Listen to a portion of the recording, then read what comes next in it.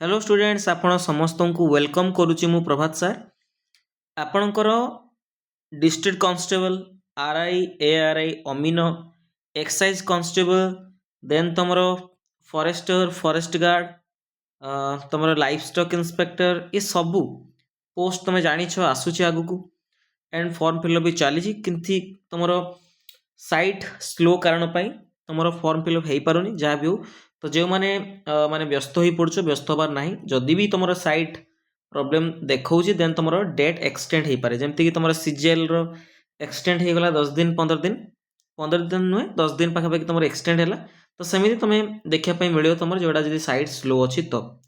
Try कर जो मैंने भी नाइट रे चाहूच तो से भी ट्राए कर पकेवाई कारण नाइट रे टिके तुम स्पीड थाए जेहेतु पिला माने माने एभेलेबल न था तो जहाँ भी हो तुम्हें देखिकिना तुम्हें भल भाव पकईदेव फर्मटा ठीक अच्छे तो आज तुम थंबनेल देखिकिना जापरथो जे आम कौ विषय आम आज डिस्कस करवा तुम इम्पोर्टाट टॉपिक आमर जहाँ रही ठीक अच्छे ना आमर इम्पोर्टाट आम लक्ष्य करवा इम्पोर्टाट टॉपिक जहाँ अच्छी जो एग्जाम गुड़ा कहली तुम डिस्ट्रिक्ट कांस्टेबल हो गला तुम आरआई एआरआई अमीन आईसीडीएस एसएफएस तुम LI forester forest guard excise constable सबूपाई जोड़ा तुम इम्पोर्टाट चैप्टर जोड़ाक से गुड़ाक आम आज आम करवा डिस्कस मध्य आम गोटे टॉपिक आज आम उठेचु जहाँकि मॉडर्न हिस्ट्री से प्रथम आम कंप्लीट करा कारण तुम हिस्ट्री चैप्टर रु आम लक्ष्य करा तुम मॉडर्न हिस्ट्री रु बहुत क्वेश्चन आसे ठीक अच्छे ना तो सहीटा लक्ष्य करना मु डिस्कस करी आउ गोटे कथा कहदेवी जेहेतु आज प्रथम क्लास से बहुत सारा मु कहूँ जोड़ाक इम्पोर्टाट तुम हम आउ गोटे तुम पीडीएफ कौन कर पे तुम्हें 3 मंथ 100 रुपीज गोटे सब्सक्रिप्शन पड़ो पे जोटा कि तुम 100 टका देले तुम 3 मास पाइब पीडीएफ पूरा जी क्लास हम सबूर पीडीएफ तुम पाइपर है तो व्हाट्सएप ग्रुप रो लिंक तुमको मुझे तले दे दूची सैट जाइना जॉइन करनब ठीक अच्छे जॉइन कर सारापर तुम आई वांट टू जॉइन लिखले तुमको मेसेज ऑटोमेटिक जीव से तुम 100 टका पेड कर सारापर सब पीडीएफ तुमको गोटे पर गोटे मिल जाव ठीक अच्छे बुझिपार तो चलो एबे आमे स्टार्ट करिवा प्रथम क्लास एटा तुम इम्पोर्टाट टॉपिक रो है तो आमे कौटू पढ़िया पे तुम जो आम पर्तुगीज आसते से तुम मॉडर्न इंडिया स्टार्ट हम मॉडर्न इंडिया आम से टाइम पीरियड पाखर आम देखा ठीक अच्छे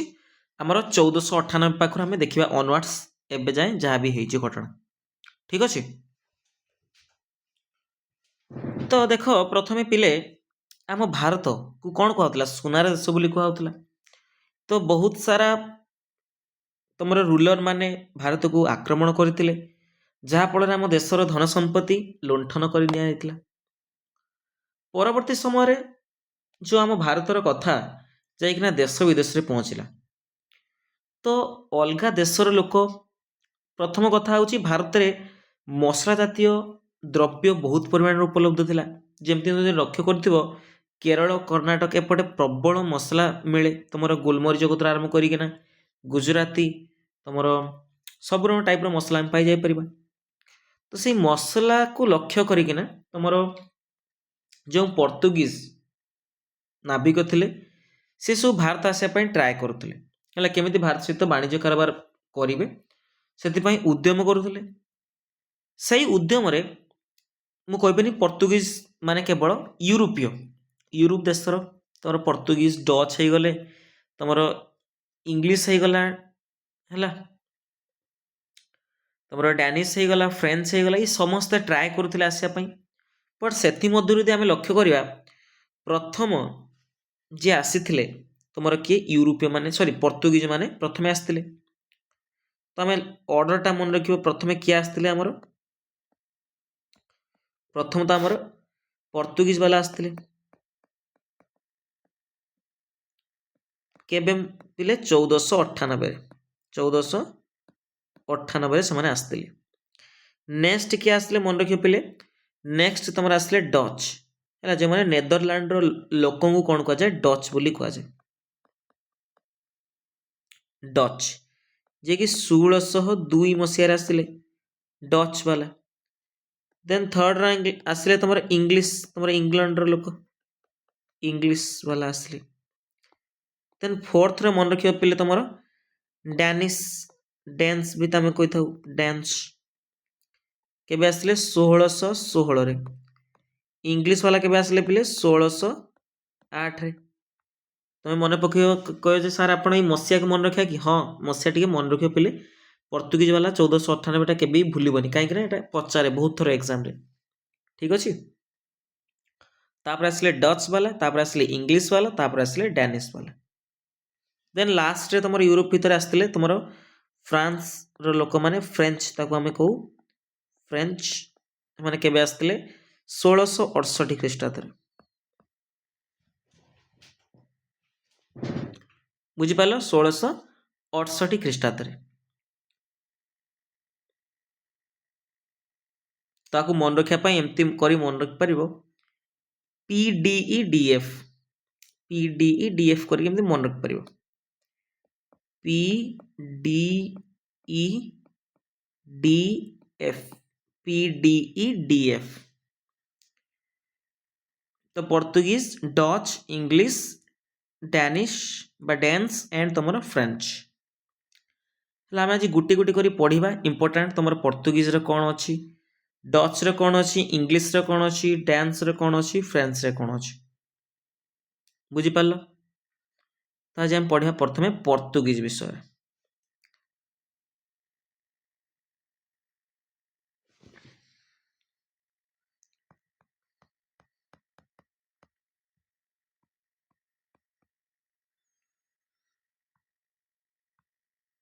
पर्तुगीज विषय पढ़ा प्रथमे आम जानिले जे 1498 किए आसते तुम पर्तुगीज वाला आसते प्रथमे भारत को है। तो से माने पर्तुगीज वाला आसते इंडिया को कौन जे केवल जे इकोनोमिक ताहा नुहे तुम रिलीजियस रिजन्स को भी कहीं आम लक्ष्य करवा तुम से भी चाहते जो माने ख्रीष्टियान धर्मर भी जमती प्रचार प्रसार हो से ताकू भी उद्यम करते भारत में आसिकी। तो से माने कौन आसते तुम पिले तुम केम टू इंडिया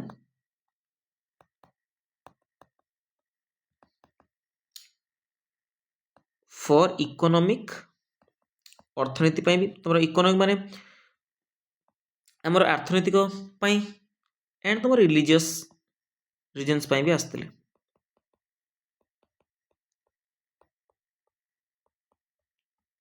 बुझिपाल।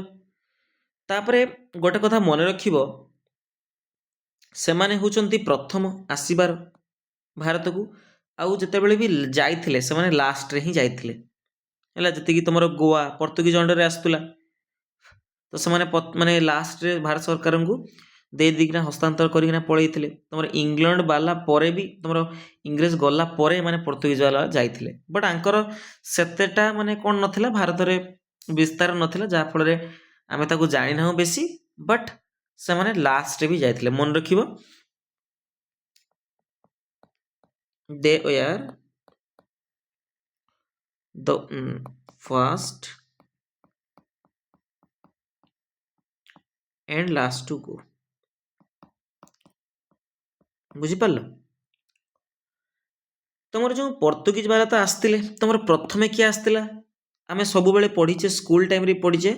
जे भास्को डा गामा, भास्को डी गामा विषय आम जानीचे आउ टिके जानिबा भास्को डी गामा। तुम भास्को डा गामा बा भास्को डी गामा कौन होता ना 1498 किछि वाणिज्य करने उद्देश्य से समुद्र पथ आविष्कार उद्देश्य भारत आसते जे केमती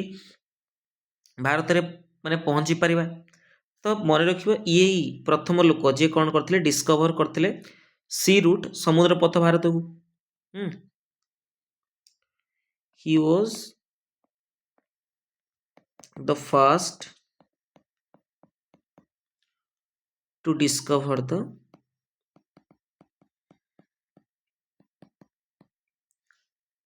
सी route to India.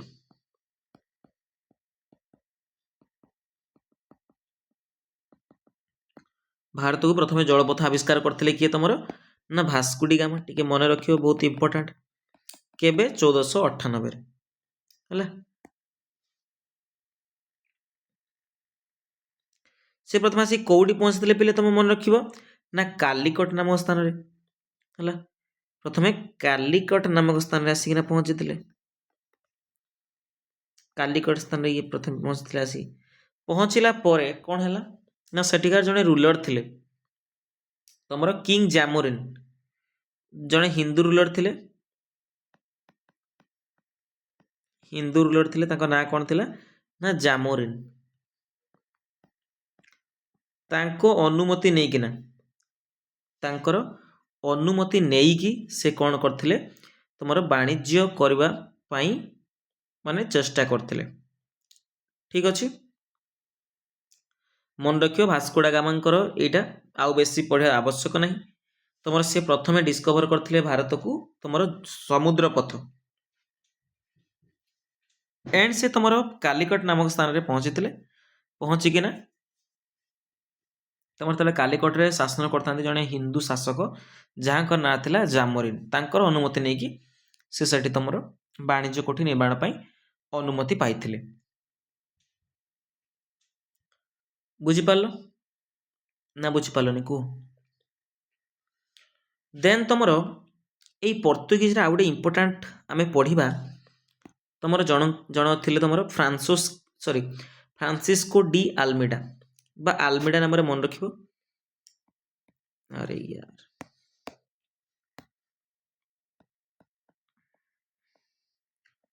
Francisco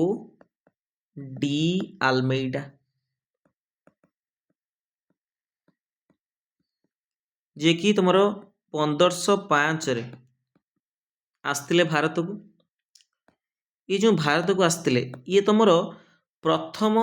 Portuguese भाइसरय भारतर है तो ये कौन थे प्रथम भाइसरय थे भारतर he was the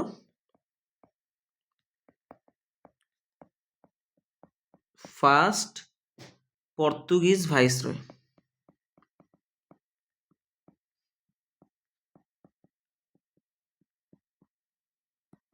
in India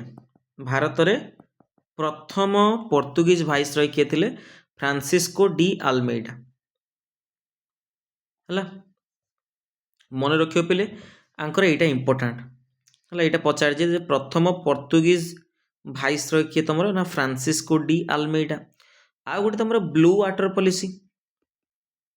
कथा मन रखिए फ्रांसिस्को डी आल्मेडा कथा आसो ब्लू वाटर पॉलिसी ये तुम कौन करते पे इंट्रोड्यूस करते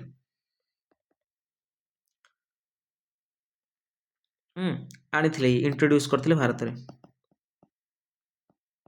इंट्रोड्यूस्ड बाय तुम आल्मेडा आल्मेडा को द्वारा तुम water policy blue water policy जेटा कि इंट्रोड्यूस कराई तो से कौन होता पे यहाँ कौन ये जिनसटा ना यहाँ गोटे तुम गोटे आम कहीपर गोटे यहाँ गोटे प्रकार गोटे ट्रेड गोटे जेटा कि समस्त लाइसेंस दे था तुम लाइसेंसिंग सिस्टम गोटे जेटा पर्तुगीज मान को कंट्रोल करने माने जो इंडियन ओशन थिला तारी ऊपर प्रभुत्व विस्तार करने तुम ये पॉलिसीटा अणाई किए आनी ना फ्रांसिस्को डी आल्मेडा बुझिपार देन आउ जड़े इंपोर्टाट जी थिले तुम आल्ब्रुकक है आंक विषय आम आगू पढ़ा बट एबे टाइम मुझे पढ़ाऊँगी से पढ़ाई चेष्टा कर थिले किए तुम तुम आल्ब्रुकक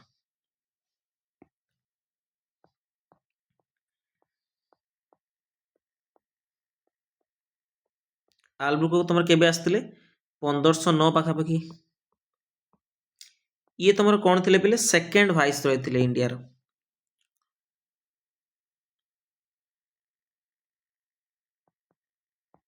he was the second portuguese governor थे ये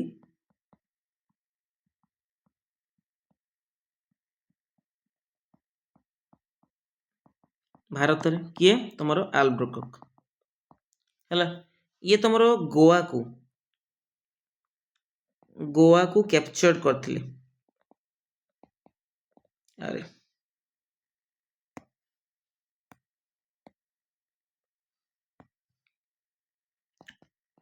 ही कैप्चर्ड गोवा को मसीह पिले 1510 मसीह 1510 मसीह से कौन कले गोवा को कैप्चर करथिले गोवा को अधिकार आनिथिले आउ तमर सतीदाह प्रथा गोवा रे प्रचलित होता तो सी सेटा को तमर हटाई एबोलिश्ड सती सती प्रथा को एबोलिश करथिले बुझी पारलो नेक्स्ट आम जा यहाँ तुम मन रख कहार ना तुम पर्तुगीज मानक 1498 आसते फ्रांसोस सॉरी भास्को डी गामा तुम प्रथम डिस्कवर करते सी रूट तापर तुम एलमेडा आसिले 1505 रे तुम फास्ट पर्तुगीज भाइसरय सी होते एंड ब्लू वाटर पॉलिसी आनी किए फ्रांसिस्को डी आलमेडा देन आलब्रुक 1509 रे कौन कले आसिले तुम कैप्चर कले गोवा को 1510 रे एंड तुम सतीदाह को उच्छेद कले एंड ये होचन तुम सेकेंड पर्तुगीज गवर्नर एति मन रख पारे तो नेक्स्ट आम जा पिले आमर क्या ना डच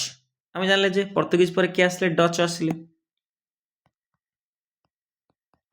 डच वाला आसते तो डच क्या कह जाए मन रख पिले the people of sorry people from Netherlands तुम नेदरलैंड लोक मान कौन कह जाए डच बोली कह जाए तो डच रो मीनिंग कौन पीपल फ्रॉम नेदरलैंड्स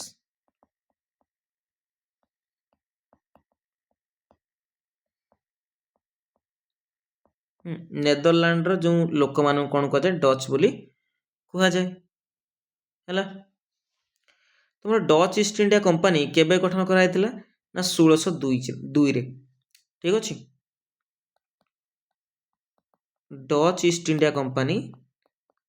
तुम केबे फॉर्म होता इंडिया रे आसिकी ना 1602 रे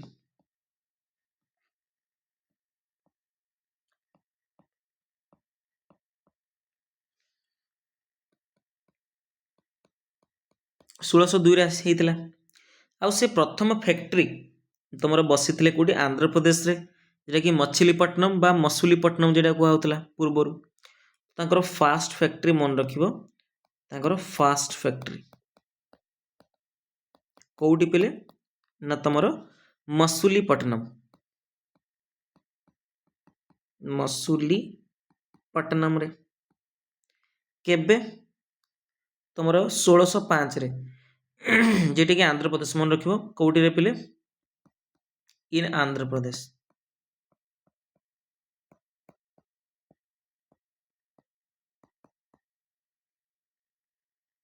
सॉरी 1605 ना 2 कहते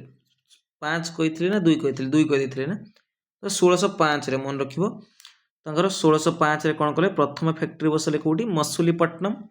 जेटा कि आंध्र प्रदेश रे अवस्थित बाटा को मछलीपट्टनम बोली भी कहती है डच मान विषय में एति मन रखिबो आउ किछि मन रखिया आवश्यक ही नहीं तो डच माने कोटिकार अधिवासी थिले पिले नेदरलैंड रो आउ Dutch east India company form होता 1602 रे एंड तुम फास्ट फैक्ट्री जेटा कि मसुलीपट्टनम रे बसई आंध्र प्रदेश रे 1605 मसीह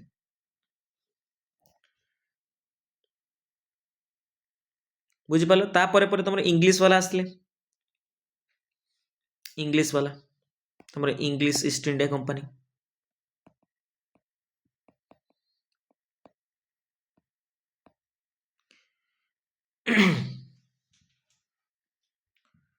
तुमर ईस्ट इंडिया कंपनी कौन है ता विषय टी आम जाना ईस्ट इंडिया कंपनी तुम 1599 किछि इंग्लिश लोक माने गोटे कंपनी गठन कले जेटा कि east India Company East India company नाम गोटे कंपनी तैयारी कले जेटा कि से 1599 मसीहा से कौन है ना स्टार्ट होता तो 1600 मसीह देख मोस्टली तुम ये जो ईस्ट इंडिया कंपनी थिला ସେ କ'ଣ ଥିଲା ନା ମାନେ ଭାରତକୁ କେମିତି ମାନେ କାରବାର ହେଇପାରିବ ଭାରତ ସହିତ, ତ ସେମାନେ ପ୍ରଚେଷ୍ଟା କରୁଥିଲେ, ବଟ୍ ସେମାନେ ପରମିସନ୍ ପାଉନଥିଲେ। ବଟ୍ 1600 ମସିହାରେ କ'ଣ ହେଲା ନା ଇଷ୍ଟ ଇଣ୍ଡିଆ କମ୍ପାନୀକୁ ରୟାଲ ଯେଉଁ କ୍ୟାରେକ୍ଟର ଆସିଥିଲା କୁଇନ୍ ଏଲିଜାବେଥ ଆଇ ଯିଏ ଥିଲେ, ସେ ପରମିସନ୍ ଦେଇଦେଲେ କି ତମେ ଇଣ୍ଡିଆ ସହିତ କ'ଣ କରିପାରିବ, ଟ୍ରେଡ୍ କରିପାରିବ। ମନେ ରଖିବ ଯେ 1600 ମସିହାରେ କ'ଣ ହେଇଥିଲା ପିଲେ ନା ଇଷ୍ଟ ଇଣ୍ଡିଆ କମ୍ପାନୀ ମାନେ ପରମିସନ୍ ପାଇଥିଲା। Company received a royal charter from किए तुम मन रखियो कौ राणी तुम क्वीन एलिजाबेथ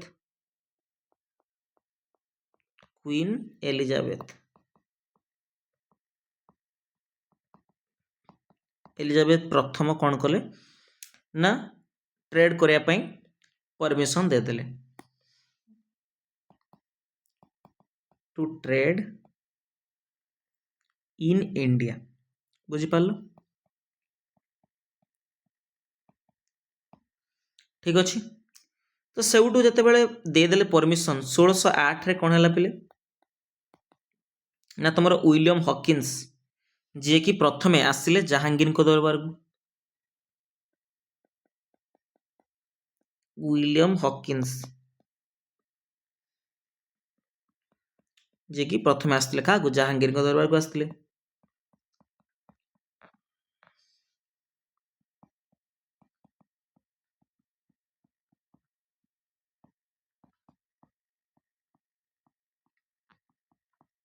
ठीक अच्छे ना पिले जहांगीर को दरबार को आसिले। 1610 मसीह कौन है सॉरी 1611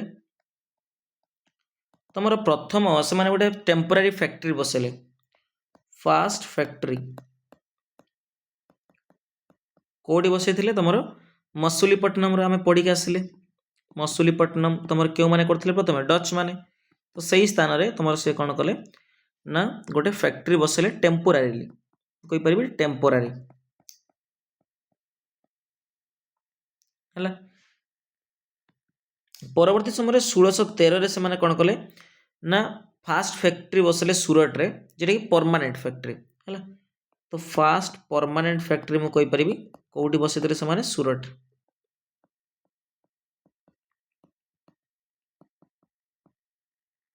कोठी रे सूरत रे केबे 1613 मसिया रे। बुझी पारलो। पुणी फर्दर कौन है ना 1615 रे तुम जड़े आसिले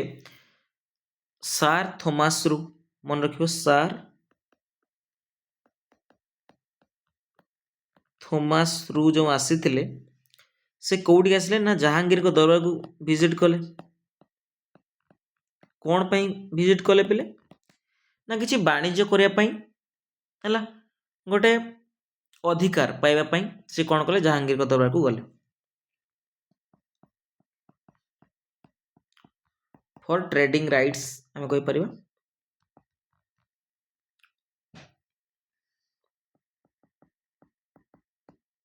बुझिपाल तो किसी वाणिज्य करने उद्देश्य से परमिशन नापी आसते जे आम वाणिज्य करवा एमती करवा एमती करवा से सब बुझेकिना जहांगीर को कहले, तो जहांगीर तांको परमिशन देले।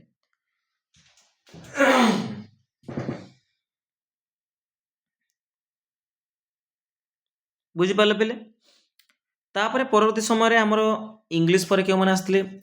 तुम डेन्स मैंने आसते देन तुम फ्रेंच मैंने आसते। बुझिपाल तो आंक विषय आम तो पढ़ा बट तुम जो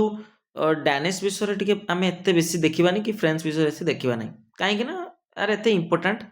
जिनस ना यहाँ भितर। तो मुझे कही आम इंपोर्टाट जिनस पढ़ा है। तथापि मु लिखिदे तुम किसी इंपोर्टाट जेटा कि तुम हो पार डैनिश रो 1620 मसीह कौन होता पिले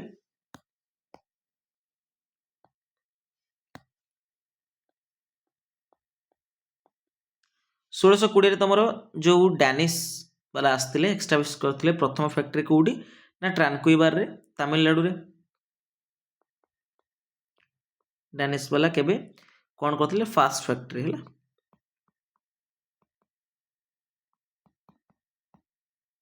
କୋଉଠିରେ ପିଲେ ଟ୍ରାନକୁଇବାର ଯାଇକି ତାମିଲନାଡୁ ମନେ ରଖିବ। ଦେନ୍ ତୁମର 1668ରେ ଯେଉଁ ଆମର ଫ୍ରେଞ୍ଚ ମାନେ ଏକ୍ସଟାବ୍ଲିଶ କରିଥିଲେ ପ୍ରଥମ ବାଣିଜ୍ୟ ଫ୍ୟାକ୍ଟ୍ରି କୋଉଠି ତୁମର ସୁରଟରେ। 1668ରେ ଫ୍ରେଞ୍ଚ ବାଲା ଆସିଲେ। ତ ଫ୍ରେଞ୍ଚ ବାଲା କୋଉଠି କଲେ ଫାଷ୍ଟ ଫ୍ୟାକ୍ଟ୍ରି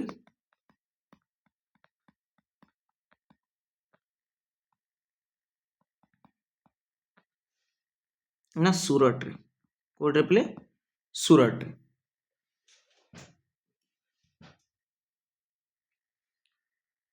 ବୁଝିପାରିଲେ ପିଲେ। ଦେନ୍ ଆମେ ଦେଖିବା ଦେଖ ତୁମର ଇଂଲିଶ ଯେତେବେଳେ ଆସିଲେ ତା ପୂର୍ବରୁ କିଏ ଆସିଥିଲେ ପର୍ତ୍ତୁଗୀଜ ବାଲା ଆସିଥିଲେ, ତାପରେ ଆସିଲେ ଡଚ୍ ଆସିଲେ, ଦେନ୍ ତୁମର ଡ୍ୟାନିଶ ବି ତାପରେ ଆସିଲେ, ଦେନ୍ ଫ୍ରେଞ୍ଚ ଆସିଲେ।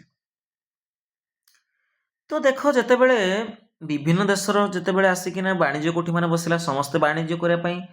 ଆଗଭର ହେଉଛନ୍ତି, ସମସ୍ତେ ବାଣିଜ୍ୟ କରିବା ପାଇଁ ମାନେ ନିଜର ଲକ୍ଷ୍ୟ ହାସଲ କରିବା ପାଇଁ ସେମାନେ ତତ୍ପର ହେଉଛନ୍ତି। ତ ସେଇ କାରଣରୁ ନିହାତି ତାଙ୍କ ଭିତରେ କ'ଣ ହେଇଥିବ ଝଗଡ଼ା ହେଇଥିବ। ତ ଝଗଡ଼ା ହେଲା ପୁରା ଘମାଘୁଟ ଲଢ଼େଇ ହେଲା, ମାରପିଟାପିଟି ହେଲା। ତ ବିଭିନ୍ନ ଜିନିଷ ହେଇଛି, ଧୀରେ ଧୀରେ ଆମେ ପଢ଼ିବା। କ'ଣ ହେଲା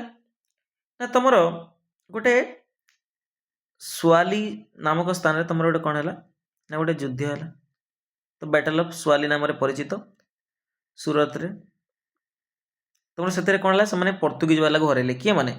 ଇଂଲିଶ ମାନେ। ତ ଇଂଲିଶ ମାନଙ୍କର ତୁମର ଯେଉଁ ଇଂରେଜ ମାନଙ୍କର ଟିକେ ଏକ୍ସପାନସନ୍ ହେଇଥିଲା, ତୁମର ତାଙ୍କର ସାମ୍ରାଜ୍ୟ ଆଗକୁ ବଢ଼ିଥିଲା।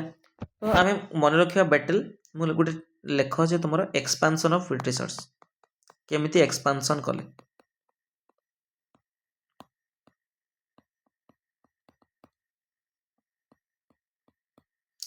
ଆଖପାଖରେ ଟିକେ ଟେକ୍ନୋଲୋଜି ଟିକେ ଥିଲା, ତା ସହିତ ବି ଏମାନଙ୍କର ବୁଦ୍ଧି ଟିକେ ଭଲ ଥିଲା, ସେଥିପାଇଁ ସେମାନେ କ'ଣ କଲେ ଏକ୍ସପାନସନ୍ କରିବା ଷ୍ଟାର୍ଟ କରିଦେଇଥିଲେ। ତ ପ୍ରଥମ ଏକ୍ସପାନସନ୍ ଟିକେ ମନେ ରଖିବ ଯେ ବ୍ୟାଟଲ ଅଫ୍ ସୁଆଲି, ବ୍ୟାଟଲ ଅଫ୍ ସୁଆଲି যেটাকি তোমার ହେଇଥିଲା କେବେ ନା 1612ରେ କୋଉଠି ନା ସୁରଟରେ। କାହା କାହା ମଧ୍ୟରେ ମନେ ରଖିବେ ପିଲେ ବ୍ରିଟିଶ ଆଉ ତମର ପର୍ତ୍ତୁଗୀଜ। କାହା କାହା ଭିତରେ ହେଇଥିଲା ବ୍ରିଟିଶ ବାଲାଙ୍କ ସହିତ ଆଉ ପର୍ତ୍ତୁଗୀଜ ବାଲା। ଏଇଥିରେ ୱିନ୍ କଲା କିଏ ବ୍ରିଟିଶ ବାଲା ୱିନ୍ ହେଲେ, ଇଏ ତମର କ'ଣ ହେଲା ଡିଫିଟ୍ ହେଇଥିଲେ।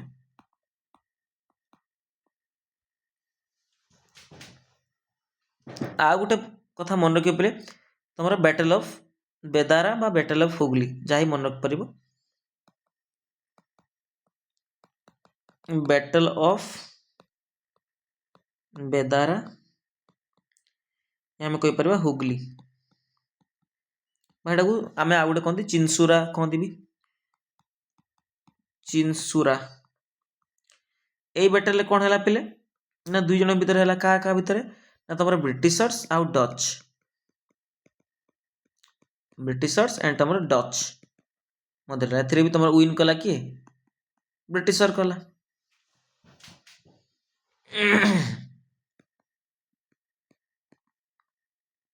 ଇଏ ହାରିଗଲେ କିଏ ଡଚ୍ ବାଲା ହାରିଗଲେ। ବୁଝିପାରିଲ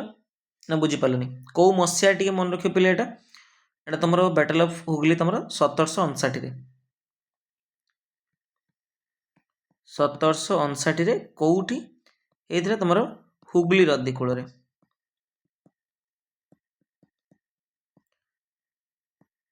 ହୁଗଲି ରିଭର ବ୍ୟାଙ୍କ ଏଟା ହେଇଥିଲା। ବୁଝିପାରିଲ।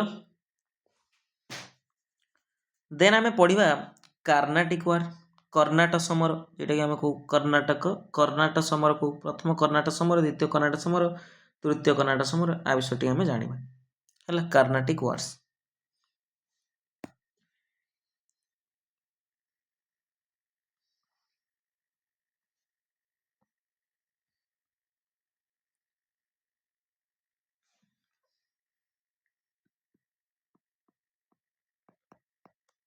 कार्नाटिक वार्स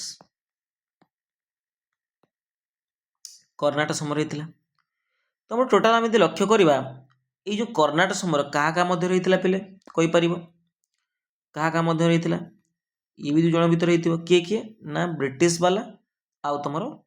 फ्रांस वाला फ्रेंच वाला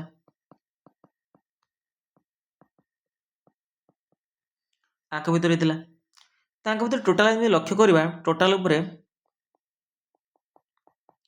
टोटाल 3टा तुम वार होता कार्नाटिक वार है टोटाल 3टा वार होता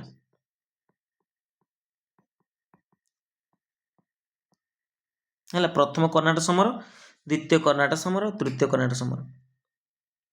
है कौ मसीह पिले मन रख 1744 आरंभ हो 1763 मसीहा पर्यंत होता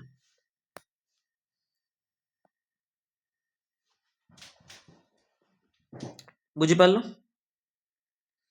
ना बुझीपारनी कह तेरे आम जो लक्ष्य करवा प्रथम 2टा कर्णाटक समर जो होता तुम फ्रेंच वाला को किए लीड करते ना ड्यूप्लेक्स है ड्यूप्लेक्स तुम थे मैंने बुद्धिमान थे चालाक थे सी 2टा मुदी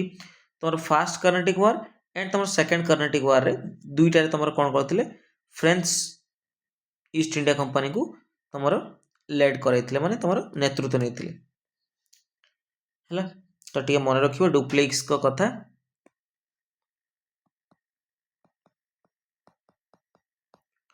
डुप्लेक्स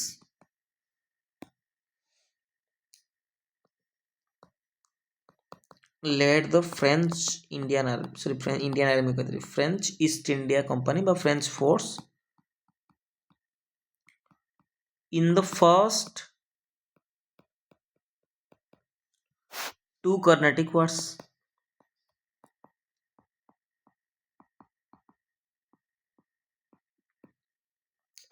तमें फर्स्ट कर्नाटिक वार देखिबा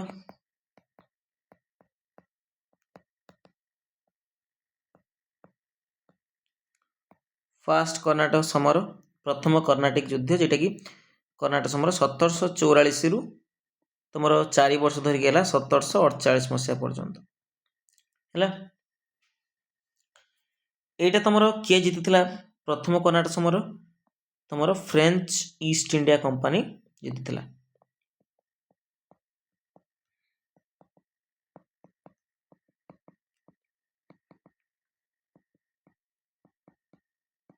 फ्रेंच ईस्ट इंडिया कंपनी जीति आउ जो जीति गोटे तुम ट्रिटी होता से ट्रिटीर ना कौन ना ट्रिटी ऑफ एक्स ला चापेले ठीक अच्छे एक्स ला चापेले टिके रो तो कौ ट्रिटी होता टिके मन रख मोर एक माने फोन आसीगला ना मुझे बंद कर देती ठीक अच्छे तो ट्रिटी ऑफ एक्स ला चापेल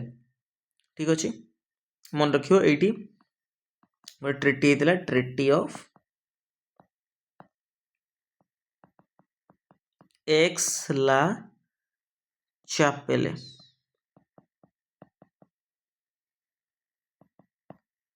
ठीक अच्छे यहीटा तुम ट्रिटी है ये वार्टा तुम कौन होता एंड होता तेरे आम आसवा सेकेंड कर्नाटिक वार पाखक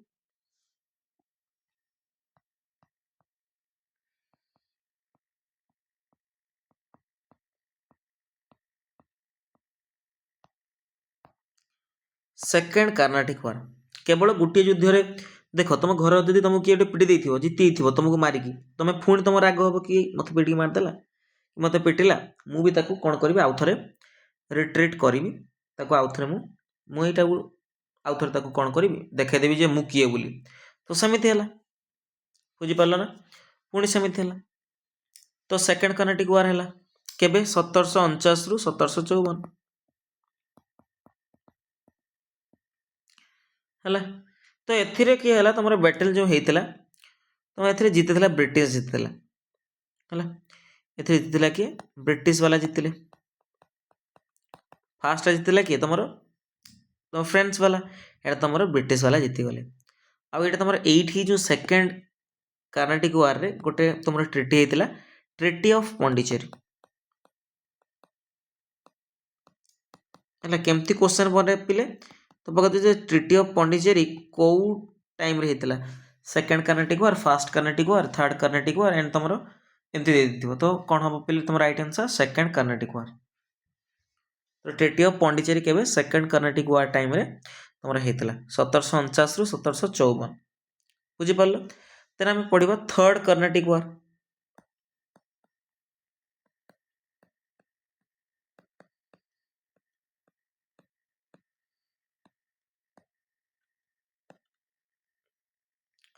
जो थर्ड कर्नाटिक वार हेतला हैला तमरो बैटल ऑफ वांडीवास जेटा कि तमरो एटा थर्ड कर्नाटिक वार रे गोटे पार्ट गोटे हम कहि परिबा तो बैटल ऑफ वांडीवास हेतला बैटल ऑफ वांडीवास केबे हेतला रे पहिले 1760 रे हेतला हैला जेटा कि गोटे पार्ट गोटे कोउथे थर्ड कर्नाटिक वार रो गोटे पार्ट गोटे तो एटा 1756 रु टाइम पीरियड केबे 1763 पर्यंत चली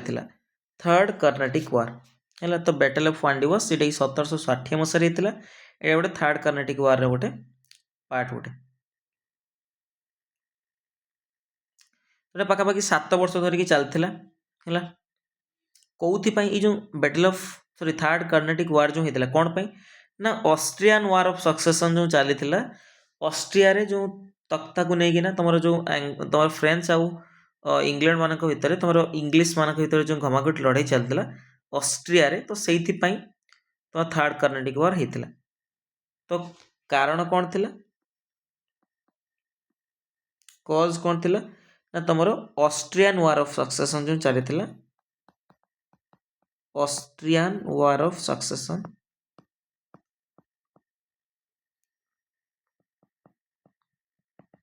से ही कारण कौन होता पे तुम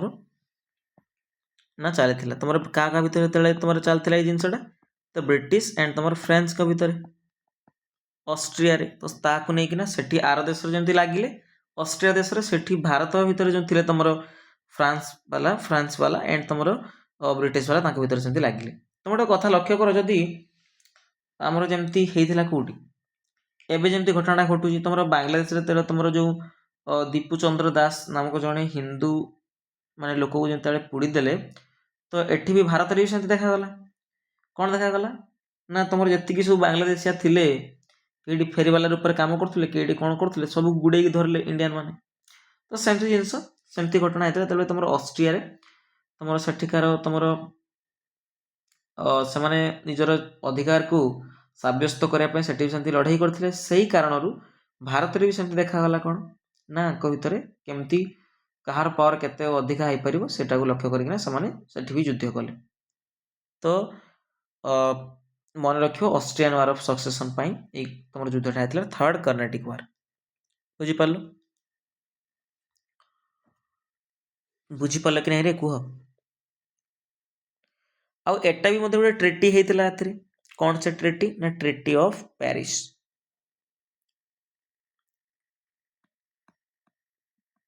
एंडेड विथ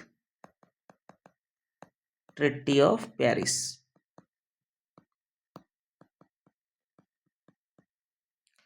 ठीक अच्छे आईटा टी मन रखा आम तो प्रथम जानी कौन तुम first Carnatic war and second Carnatic war रे कौन होता ना जो डुप्लेक्स जी थे तुम फ्रेंच फोर्स को नेतृत्व नहीं एंड तुम मन रख ये द्वितीय कर्नाटिक वार पर ना जो हारीगला तुम फ्रेंच वाला हारीगले तो तेणुक से जो डुप्लेक्स को देश को नहीं गले मैं जो माने पद था प्रत्याहार कराइला बट से भूल करते फ्रेंच वाला मुझे कहबी कारण डुप्लेक्स जड़े बहुत चालाक थे बट से जो काढ़ी ने तो से कौन है ना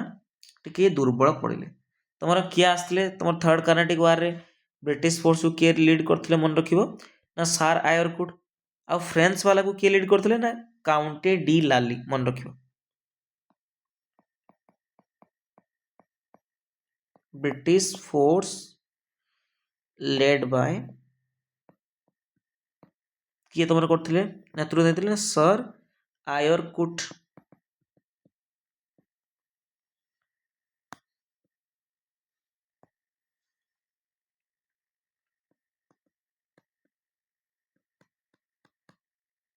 है। एंड तुम फ्रेंच फोर्स को किए नेतृत्व नेउथिले तुम मन रख लेड बाय तुम काउंटे डी लाली, काउंटे डी लाली। बुझिपाल रे पिले है। तो ये मन रख। तो फास्ट कर्नाटिक वार रे कौन होता ट्रिटी ऑफ एक्सले चापेल, सेकेंड है ट्रिटी ऑफ पॉन्डिचेरी, थर्ड है तुम ट्रिटी ऑफ पेरिस। बुझिपाल।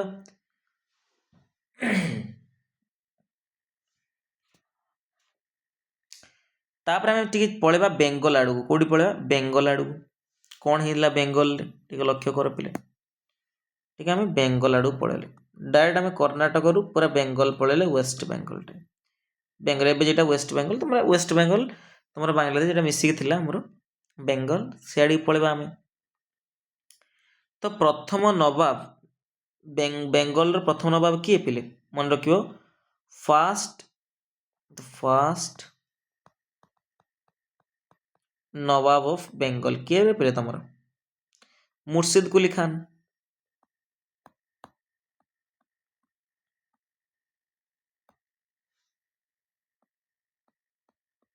मुर्शिद कुली खान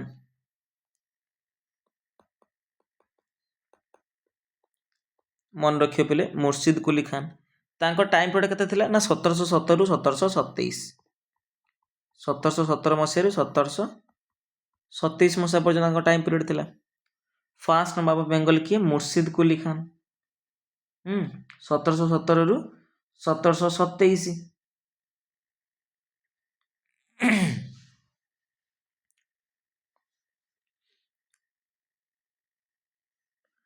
तुमर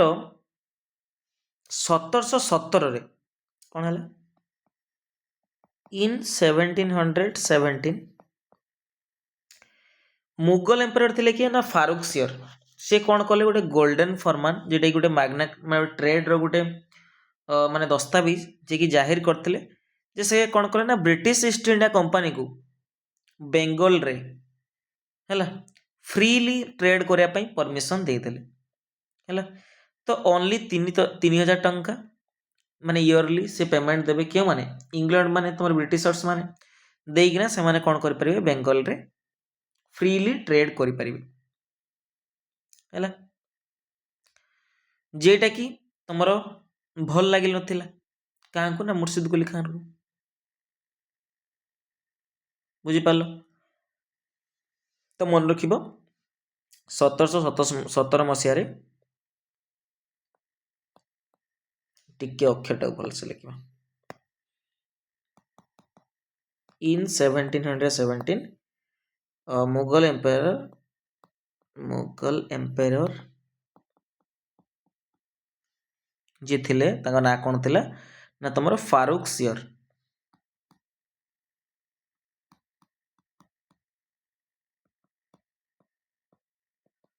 ये कौन करथिले पिले तुमर आमर कौन होता ना गोटे गोल्डन फरमान इश्यू करथिले, issued A golden Farman.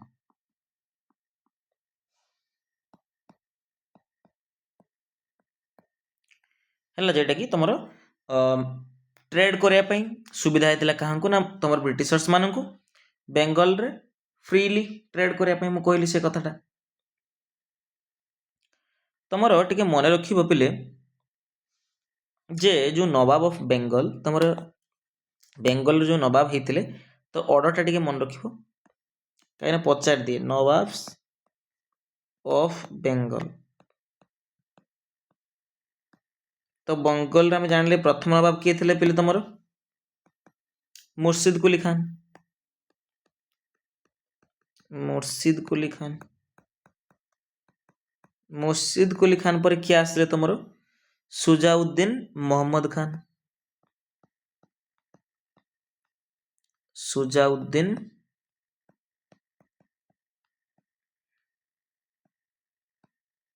Mohammad Khan. And तुम थर्ड रे आसिले अली वर्दी खान, ଅଲିବର୍ଦ୍ଦି ଖାନ एंड लास्ट रे तुम आसिले किए ना सिराजुद्दौला सिराज उद दौला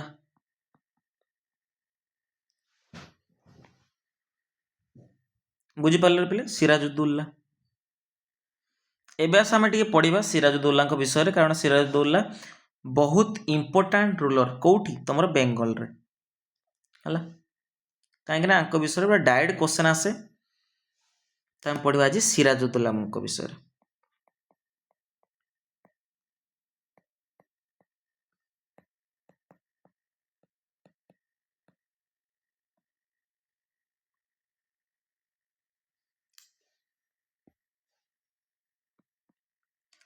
सिराजुद्दौला विषय आम पढ़िबा ये कौन है पिले तुम बंगर नवाब होते तुम मात्र 23 वर्ष बयस तांकर पिता नाम कौन थे फादर मन रखिए पिले फादर थिले अलीवर्दी खान अलीवर्दी खान ये कौन थे 1756 मसीह मृत्युवरण होता है तो ये कौन है ना 1756 मसीह ये शासन भार ग्रहण करते बुझीपार मन रख ठीक अच्छे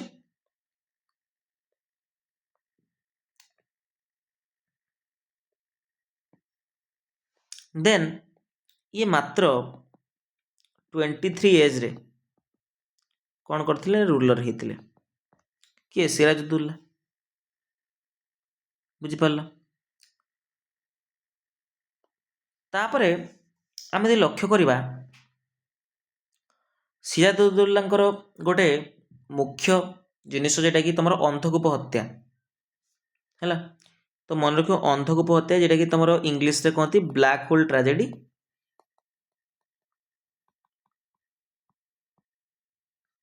क्या द्वारा होता पिले तुम सिराजुद्दौला द्वारा होता ठीक अच्छे क्या द्वारा होता सिराजुद्दौला द्वारा होता केबे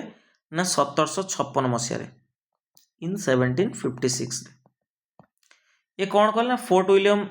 तुम दुर्ग को गोटे अधिकार करना तुम कौन कले ना ताकू पूरा बंद करदे जो थे माने बहुत संख्यक तुम ब्रिटिशर्स थे भितर माने जो श्वासरुद्ध होगी पूरा मरीगले है यहाँ जो रोबर्ट क्लाइव को युद्धटा पूरा सॉरी यही जो ब्लैक होल ट्रेजेडीटा तो रोबर्ट क्लाइव को पूरा बहुत माने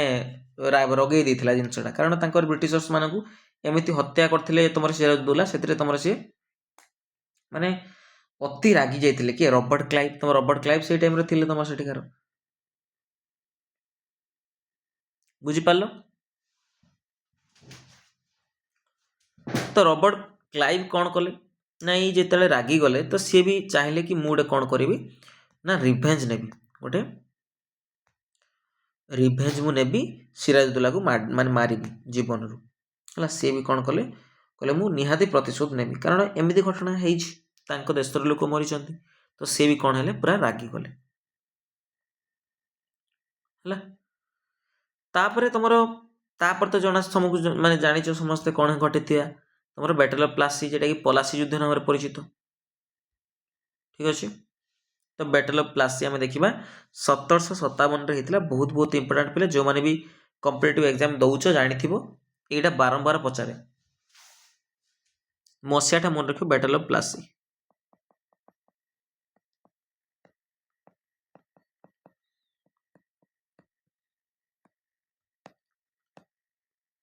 तुम 1757 मसीह स्टार्ट होता आर माने होता तुम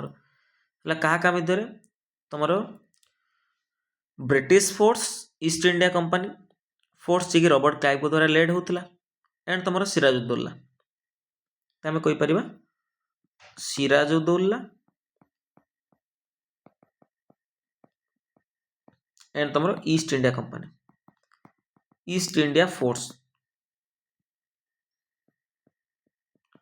तुम led by Robert Clive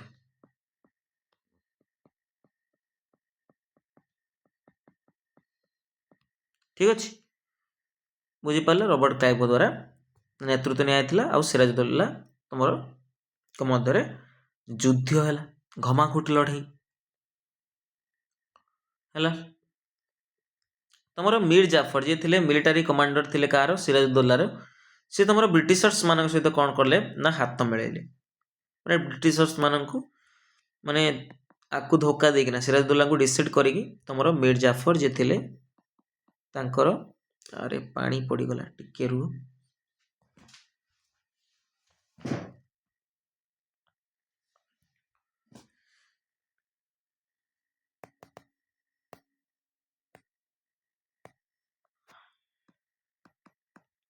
Mir Jafar जी थे तुम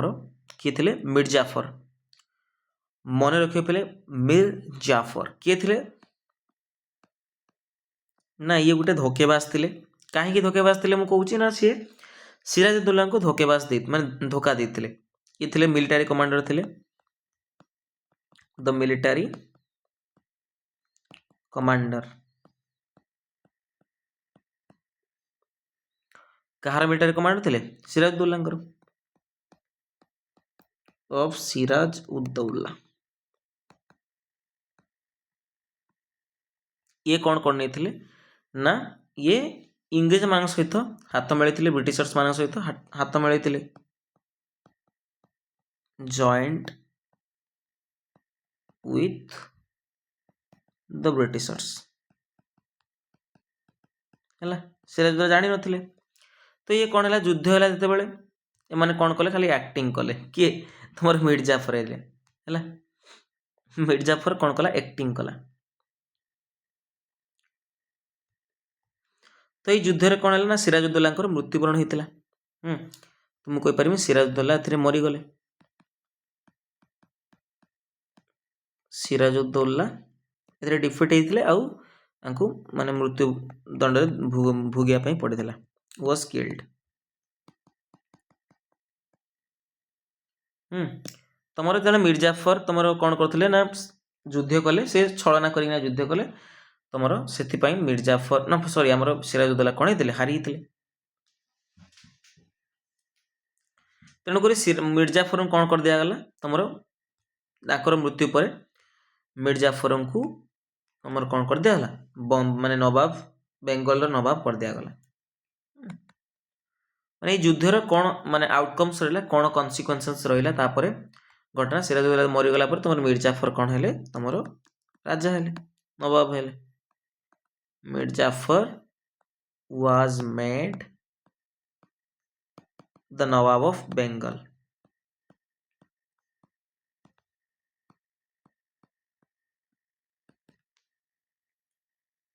बुझीपारे रे पिले से टाइम रे मुगल एम्परर किए थे मुगल एम्परर दैट टाइम किए थे से टाइम रे तुम मन रख आलमगीर सेकेंड आई जे थे कौन थे द्वितीय आलमगीर द्वितीय तुम मुगल एम्परर से थे कौटार तुम battle of Plassey time Palashi time पकई दिए जे मुगल एम्परर किए थे तुम आलमगीर द्वितीय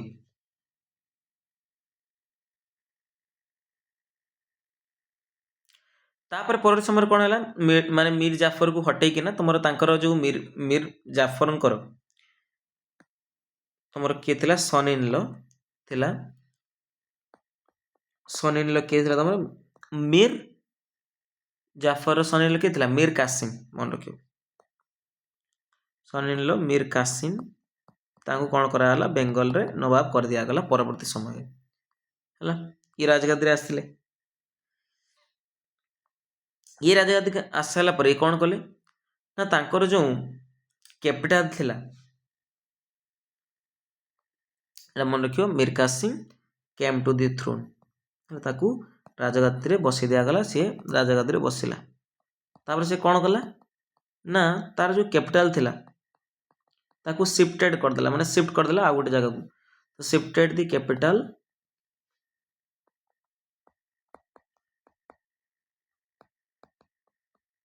फ्रॉम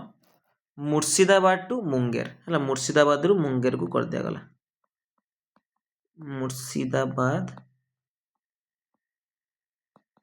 टू मुंगेर है बुझिपार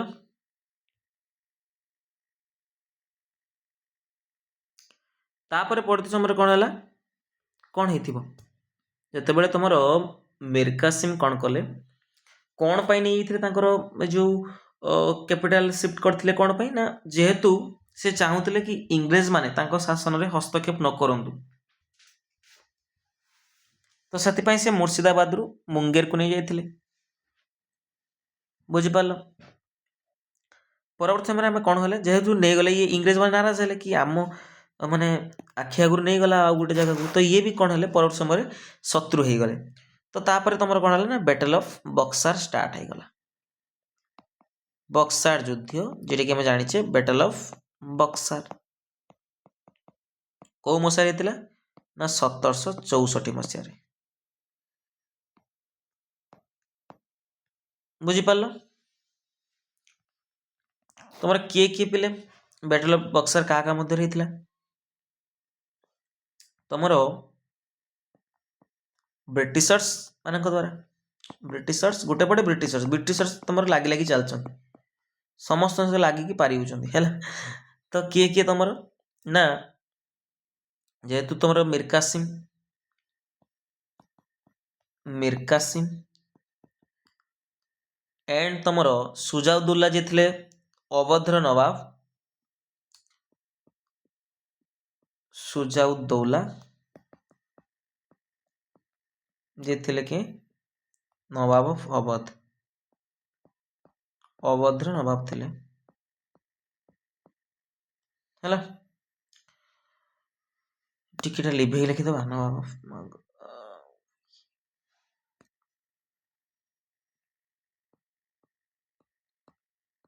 नवाब ऑफ अवध है एंड तुमर आउ जड़े किए आउ जड़े रहीगले शाह आलम जे मुगल एम्पायर थे बुझिपार किए शाह आलम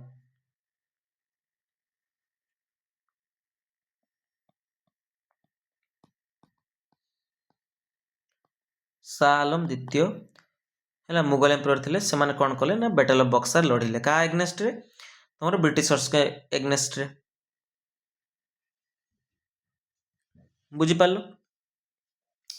तो ब्रिटिशर्स मान को किए लीड करथुला किए नेतृत्व नेथिला लेड बाय तुम हेक्टर मुंड्रू हेक्टर मुनरू मन रखिए हेक्टर मुंड्रू ये आम तलू लिखिदेले हम कि ये जगह धरुनी हूँ छाड़ तले लिखिदे जे British force was led by Hector मुनरू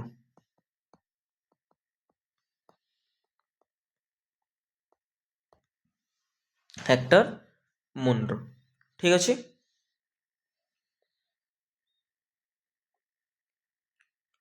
तापर तुम यही युद्ध कौन है तुम ब्रिटिशर्स मानकर विन होते ब्रिटिशर्स माने जीतिले विन कले माने तो विन जिते कले गोटे कौन है ट्रिटी हो तो कौन है treaty of Allahabad treaty of Allahabad होता केते बेले तुम ना 1765 इन 1765 क्या भर तुम से तुम सुजाउद्दौला शाह आलम एंड तुम रॉबर्ट क्लाइव जे गवर्नर थे से टाइम आमर बक्सार युद्ध टाइम भर होता बुझिपार माने सुजाउद्दौला शाह आलम दुई जन थे गोटे पटर एंड रॉबर्ट क्लाइव तुम गोटे आउ गोटे पटर था तुम ब्रिटिश पटर तो भर कौन होता ट्रिटी साइन होता ठीक अच्छे ये ट्रिटी मध्यम कौन होता पे तुम अलाहाबाद आउ कारा ये दुटा को कौन कराइला ना शाह आलम द्वितीय को दिखाई आ बदल 50 लाख टंका नवाब कौन करते देते ब्रिटिशर्स मान को तुम युद्धर जो क्षयक्षति बुझिपार ताकू एत इम्पोर्टाट नुह तुम है एत इंपोर्टाट नुह एटा मन रख ये जो ट्रिटी ऑफ अलाहाबाद होता टी मन रखि था गोटे इंपोर्टाट क्वेश्चन तुम 1772 मसीह जाकि एंडेड होता पाखापाखि 7 वर्ष पर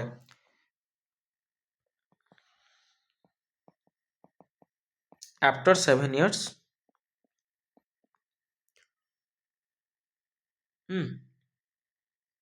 the treaty of Allahabad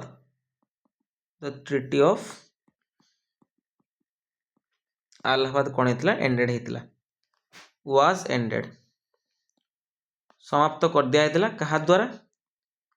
ended bye तमरो Warren Hastings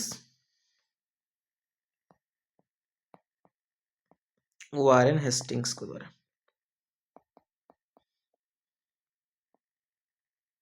Warren Hastings द्वारा होता इन 1772 रे 1772 मसीह एंडेड होता ठीक अच्छे तो आज आम ये क्लास करवा कहीं गोटे घंटा पाखापाखि क्लास है तुम दायित्व कौन तुम पूरा ये क्लासटा को आज देखिकिना पढ़ पूरा आम व्हाट्सएप ग्रुप रे कौन करवा डिस्कस करवा है पचारे पुचरी हवा ठीक अच्छे बट से पर्यटन तुमको कौन करने पड़ो तुमको यही क्लासटा पूरा संपूर्ण देखापी पड़ो तापर तुम व्हाट्सएप रो लिंक तुमको पाइज तले ताको फॉलो करिकिना